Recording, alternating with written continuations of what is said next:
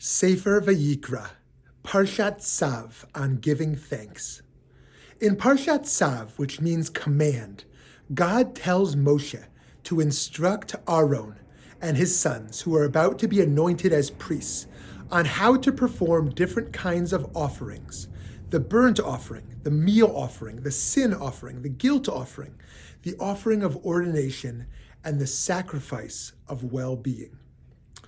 Earlier, we learned specifically about the Korban Todah, the thanksgiving offering. Vayikra 7, Leviticus 7 reads, "This is the ritual of the sacrifice of well-being that one may offer to the Lord. If he offers it for thanksgiving, he shall offer together with the sacrifice of thanksgiving unleavened cakes with oil mixed in, unleavened wafers spread with oil, and cakes of choice flour with oil mixed in, well soaked. This offering with cakes of leavened bread added, he shall offer along with his thanksgiving sacrifice of well-being." The Talmud uses Psalm 107 to identify 4 categories of people who would bring the thanksgiving offering, the Korban Todah. It says in Tractate Brachot, Rav Yehuda said that Rav said, 4 must offer thanks to God with a thanks offering and a special blessing. They are seafarers, those who walk in the desert, and one who was ill and recovered, and one who was incarcerated in prison and went out. All of these appear in the verses of a psalm. The medieval rabbi Shmuel ben Meir, better known as the Rashbam, and Avraham ibn Ezra point out that the thanksgiving offering isn't typically given by people who had it easy all along, but by those who escaped danger. There's a type of gratitude that is general in life, but here we are looking at a type of gratitude that is specifically tied to a life event. While we don't currently give thanks to God by means of cakes and wafers, the Jewish practice of thanking God by saying brachot, by saying blessings, lives on. In fact, the very names of Yehuda, Judah, and Judaism derive from the word odeh, or I will thank. The story goes in Sefer Bereshit, the book of Genesis, that after our foremother Leah gave birth to Yehuda, to Judah, she said, "This time I will thank the Lord." Therefore, the Torah says she named him Yehuda, she named him Judah. The Talmud identifies this as the first time a person gives thanks to God. Odeh also shows up in the Modeh Ani, the prayer that Jews traditionally say upon waking up in the morning.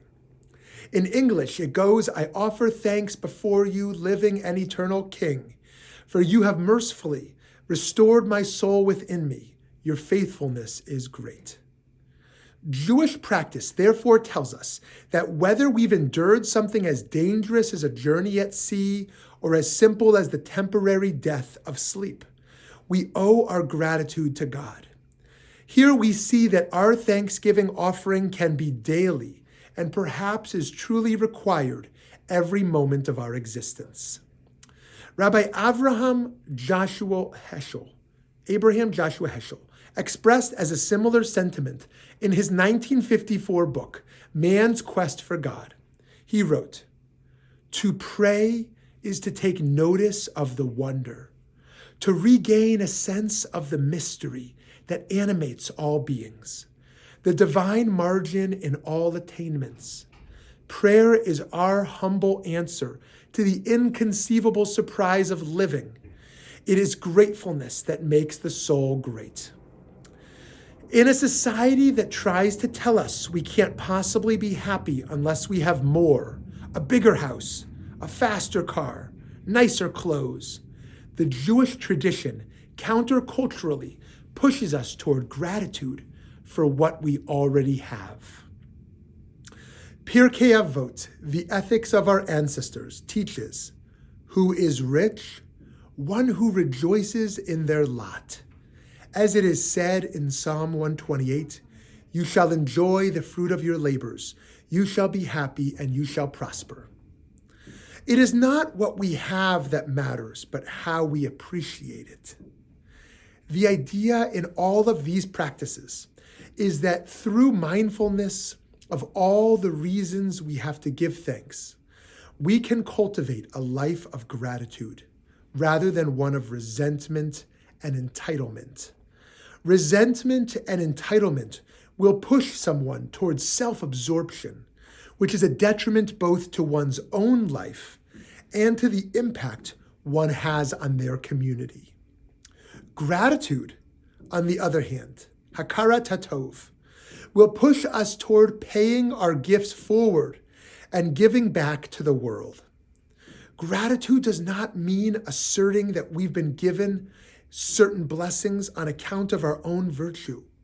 Instead, it is recognition of our unmerited good fortune. Thus, gratitude fills us not only with joy and appreciation, but with a sense of profound responsibility. In ancient times, the thanksgiving offering acted similarly to a repayment of a debt to God. Today, true gratitude drives us to repay that debt indirectly by returning our blessings to the society we've benefited from. On a broader level, we're called to shift from a politics of rage toward a politics of gratitude, in which we don't simply focus on what we want, but determine our priorities from a place of gratitude for what we have. As we strive for a more equitable world for all of us to inhabit, we must focus also on how to get the most out of the gains we've already made. So too, we should appreciate the legacies of the advocates and change makers who came before us, lest we forget the accomplishments of people like Elizabeth Cady Stanton in the women's rights movement, Harvey Milk in the realm of LGBT+ issues, and of course, Dr. Martin Luther King Jr., and all who endangered their lives in the civil rights movement. While we're tasked with doing everything we can to see their work through to completion, we must also remember that we stand on the shoulders of giants. And as people who relentlessly push for change, we will find our work to be so vastly more joyful and sustainable if it is infused with an ethic of appreciation. We need not fear that we will dilute our moral demands by appreciating what we already have. And so, friends, the Korban Todah, the thanksgiving offering, teaches us that while we should always continue to strive to achieve more, our accomplishments lose their meaning if we don't remember to show our gratitude for them and for all that has already been achieved toward freedom, peace, and justice. Shabbat Shalom.